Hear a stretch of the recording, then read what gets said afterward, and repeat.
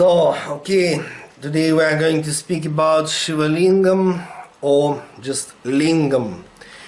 And actually the form, the shape of Lingam means cosmic egg.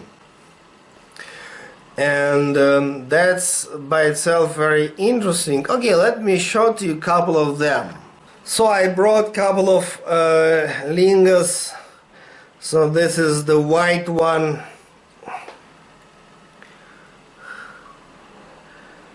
It's I believe maybe some kind of stone anyway, marble or so.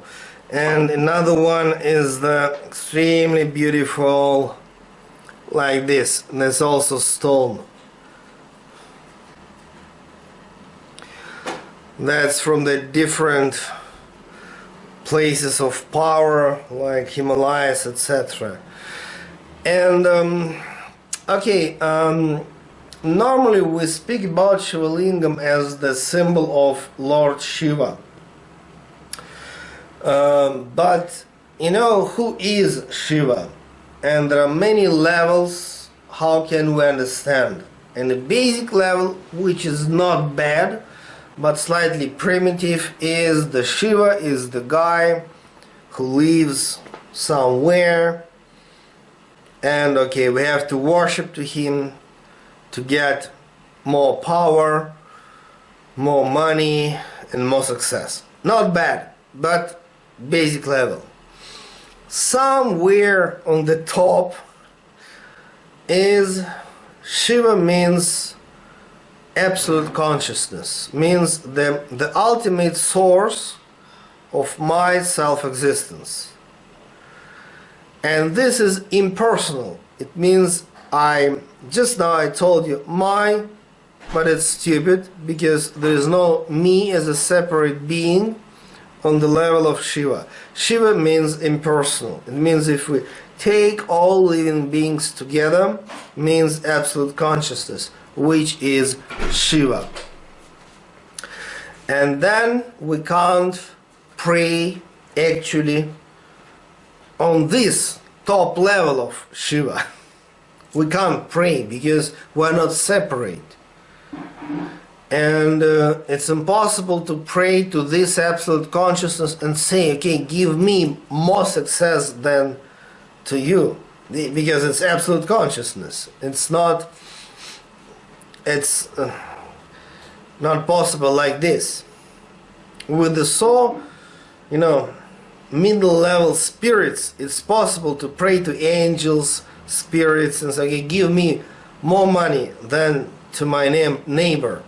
But the absolute consciousness, which is Shiva, it's impossible. We may only contemplate and meditate and then realize that this is the source of, okay, let me say, my feeling of self-existence, my I amness, my self. And sometimes in the Hindu mythology they say that Shiva is destroyer. But at the same time, in a form of linga, the same Shiva is the source of creation. Because ing, like for whatever animal, for many animals actually, they give birth to the next generation through the eggs, yeah? And it means it's a source of life.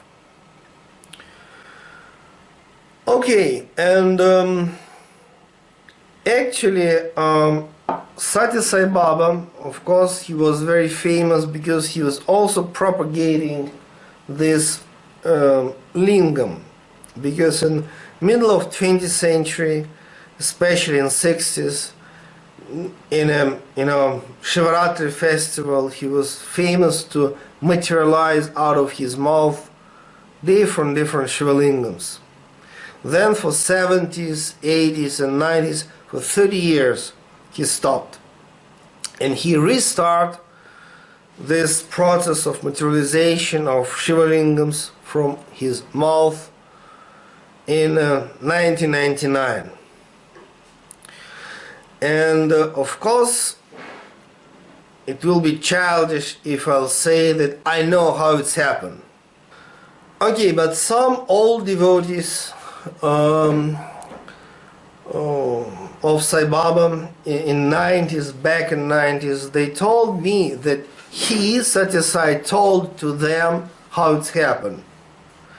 That in the beginning, the divine fire, divine energy, vibration starts in the area of abdomen in Sai Baba, in Sai Baba's body. Then it goes up as divine fire, and then only just 1 second before jump out of his mouth, it become something like that. Okay, of course this is not Sai Baba's lingam, but something like that. And for me personally, of course, okay, as you know, I was fortunate enough to be his interpreter, his translator for the Russian-speaking groups in 90s. And for me personally, and for some other Indian and Western devotees, he gave certain instructions how to work with these lingams. And really powerful way how we can work is just to meditate like that. You keep a special lingam, just touch your forehead, close your eyes and meditate. So you can lay down on your in sitting position. The best is in the sitting position, but you can be in Shavasana as well, but slightly better in a sitting position. And you hold. Yeah, you just hold it for 5 minutes, for 10 minutes, and then you can experience huge power and few details about this kind of sadhana. First of all, lingam must be, what is your... We can do it with any lingam or just with lingams that have material. Okay, again, I was fortunate enough to get a chance to meditate with a few lingams which materialized by Sai Baba, and that's extremely powerful. But I may say that one of the basic detail is that the lingam itself must be in any way special. For example, you go to any place of power. It can be in Europe, it can be in the United States, it can be in Himalayas. And just you just found it somewhere in the river, for example. Or maybe any, you just purchase it from the shop and then give it to certain mystic or yogi, and that yogi just give his blessing. But it must be special. That's much better. And as we discuss quite often the meditation, especially Kriya Yoga meditation, I'm always speaking about midbrain. If you are able to experience this midbrain area, see light, bliss, open your midbrain, let us say, that's the key for the spiritual evolution and meditation. And I may say that's very practical, by the way. You may, when you keep any lingam for a few minutes every day, just hear and pray and meditate, then you may open and experience your midbrain much easier. Midbrain is also kind of lingam, our inner lingam. Yeah, actually we have 3 lingams. One is the midbrain, another one is the solar plexus, and in abdomen we have another lingam. So 3 bindu means actually 3 points, or we can say 3 lingams in the chest, in abdomen, and in the head. So of course in the Hindu temples, I mean in the Shiva temples, they just perform like puja, ritual, worship. And there are 12 main Shiva temples, and they have different lingams, of course, huge in size. And I was in some of them. 12 the main, then 108 like next level. But apart from this, of course, there are many powerful lingams which are not part of this tradition of 12 and then 108. You know, for example, in the ashram of Ganapati Sachidananda Swami from Mysore, he has very powerful lingam, big in size, Sachidanandeshwara lingam. So actually there are many powerful lingams, and people just perform pujas there.